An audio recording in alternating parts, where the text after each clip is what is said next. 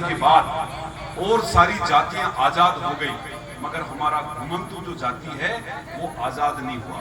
जब इस देश के अंदर ब्रिटिश हुकूमत, अंग्रेजों का राज था, तभी भी हमारे लोगों ने उस अंग्रेजों से कई बार लड़ाइयां लड़ी, कई लोगों को निकोबार इलोबार में जिंदे हमारे लोगों को मार दिया गया और कई लोगों की शहादत हो गई, मगर हमारे लोगों ने इस लोगों अंग्रेजों के साथ समझौता नहीं किया।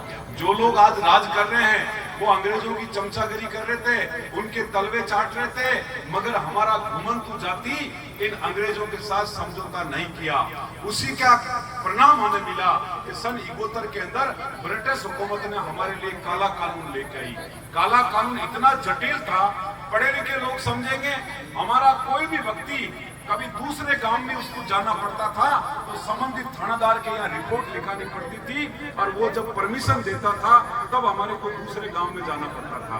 और घुमंतु जातियों को जन्म जाति अपराधी, यानी एक छोटा बच्चा माँ की कुंड से निकलेगा ना तो उनको भी अपराधी घोषित कर दिया। इस तरह का अंग्रेजों का कानून था। वो किस कारण था कि हमारे लोगों ने इस भारत के लिए, इस भारत की अखंडता के लिए और हमारी महलों के लिए और हमारे स्वाभिमान से लोगों ने समझौता नहीं किया। इस कारण हमारे लोगों के प्रति काला कानून लगा। अंग्रेजों के राज में हमने दुख देखा, राजा महाराजों के राज में हमने दुख देखा, और अभी लोकतंत्र जो चल रहा है, बाबा साहब ने जिस संविधान के अनुसार जो ये देश चल रहा है, इस देश के अंदर भी हमारे लोगों को जीते जीत तो जमीन मिले ना मिले, मगर मरने के बाद हमारे लोगों को दफनाने के लिए भी जमीन नहीं मिलती है। पूरे राजस्थान से मुझे फोन आता है, कल मेरे को बांसवाड़ा से फोन आया कि भाई साहब बॉडी को हॉस्पिटल में रखी है मगर दाग दफन करने की जगह नहीं है। 2 दिन तक वो बॉडी के अंदर, हॉस्पिटल के अंदर बॉडी पड़ी रही, आज उनकी जगह हुई और आज उनका दाग संस्कार हुआ। इस आजाद देश में आज भी हमारे साथ ऐसा हो रहा है। मैं पूरे राजस्थान में सरपंच साहब घूम रहा हूँ, जितने भी आप मेरे भाई पटेल खड़े हैं, मैं पूरे राजस्थान में प्रत्येक लोगों को जगाने के लिए जा रहा हूँ। मेरा यही काम है, मैं यूथ से मिलता हूँ, मैं उनसे बात करता हूँ, मगर ऐसा कोई गांव नहीं जहाँ उन लोगों को पट्टे हो, ऐसा कोई गांव नहीं जहाँ उनको शमशान घाट संरक्षित हो, ऐसा कोई गांव नहीं उसके गांव में सीसी रोड बना हो, ऐसा कोई गांव नहीं जहाँ पीने का शुद्ध पानी हो, ऐसा कोई गांव नहीं जो हमारी बस्ती में आंगनवाड़ी हो, ऐसा कोई गांव नहीं जहाँ हमारी बस्ती में स्कूल हो। तो साथियों, जब भारत 21वीं सदी में जा रहा है, विसरा के माध्यम से हमारे भारत के लोग आकाश लोक में पता लगा रहे हैं कि भाई वहां आदमी रह सकता कि नहीं रह सकता, मगर लोग तो आकाश लोक की बात कर रहे हैं, मगर हमें पृथ्वी लोक के अंदर भी रहने का ठोर ठिकाना नहीं है। इसके कारण हम लोगों ने पूरे राजस्थान में अलग जगह रखा है। भारत में 15% लोग हैं और राजस्थान में 1,23,00,000 हम घुमंतु जातियों के लोग हैं। काडोलिया, बंजारा, कालबेलिया, भोपा, नट, भांड, रायका, रेवारी, इन तरह की 52-53 जातियां इस भारत में निवास करती है, मगर आज भी हमारे लोगों के साथ सबसे ज्यादा अत्याचार, यानी पुलिस भी आती है तो हमारे डेरों में आती है, झूठे मामले में हमारे लोगों को जेल डाल दिया जाता है, 151 का टारगेट भी पूरा करना होता है तो हमारे लोगों को पकड़ लिया जाता है। आज भी हमारा कोई भाई सुबह शाम कहीं जाता है तो माँ ये कहती है कि छोरा ध्यान रखिए फूसल पकड़ लेगा। तो आज भी हम लोगों में बड़ी डर है, क्योंकि हम इस देश के लोग हैं।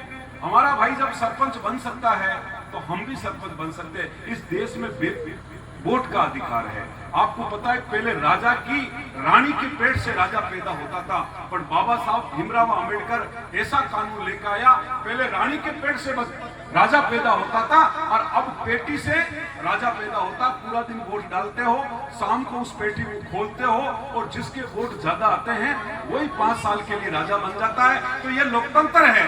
मैं माँ के चरणों में नमन करता हुआ, मैं भाई सरपंच साहब को धन्यवाद देता हुआ, कुंवर परिवार को धन्यवाद देता हुआ, आप सभी लोगों ने हमारा जो मान सम्मान किया उनके लिए बहुत बड़ी धन्यवाद है। मगर मेरा आपसे एक प्रण है कि आने वाली 7 नवंबर को देश आजादी के बाद घुमंतु जाति 2 लाख लोग इकट्ठे होके यही हाई रोड है NH 62 को बालरई में हम जाम करेंगे। और हमारी कोई मेरे बाप का किरावर नहीं करना है, हमारी और कोई मांग नहीं है। हमारी एक ही मांग है कि जहां हमारी घुमंतु जाति के लोग बसे वहां 300 गज का पट्टा दें।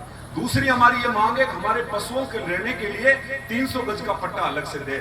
चौथी हमारी मांग है कि हमारी समाज में शिक्षा का बड़ा अभाव है। 1 साल में 1000 बच्चों को राज्य सरकार अपने खर्च पर विदेश आउट ऑफ पढ़ने के लिए भेजे। पांचवी हमारी ये मांग है कि घुमंतु जातियों के लिए सुप्रीम कोर्ट ने वर्गीकरण का ऑर्डर किया है। हमारी जातियों को लिए उपवर्गीकरण का ऑर्डर है।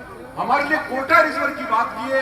हरियाणा सरकार, महाराष्ट्र सरकार, तेलंगाना सरकार जब इस कानून को लागू कर सकती है तो राज्य सरकार को इस कानून को लागू करना चाहिए। 10% जो हमारे आरक्षण की मांग है, 10% आरक्षण का मतलब यह है कि इस राजस्थान में 100 थानेदारों की भर्ती आएगी तो 10 थानेदार आपकी समाज के बनेंगे। आपके यहाँ 50 सरपंचों की सीट है तो समझ लो आपके यहाँ 10 थानेदार, 5 सरपंच आपकी समाज के बनेंगे। तो हम डीएनटी समाज का झंडा लेके चल रहे हैं, ना कांग्रेस की बात कर रहे हैं, ना बीजेपी की बात कर रहे हैं। हम बात कर रहे हैं तो घुमंतु जातियों के आजादी के महासंग्राम की बात कर रहे हैं। इस बार राज्य सरकार को खुले खुले हमने चुनौती दे दी है कि राजस्थान सरकार के तो तू नहीं है और के इस बार हम नहीं है। हम चुप बैठने वाले नहीं है। तुम्हारी जितने भी जेलें हैं वो खोल देना।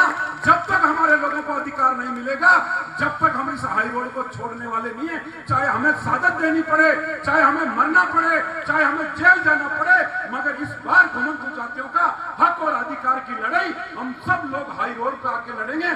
जैसे गुर्जर समाज ने 200 में जो आंदोलन किया था वही आंदोलन हम लोग करने जा रहे हैं।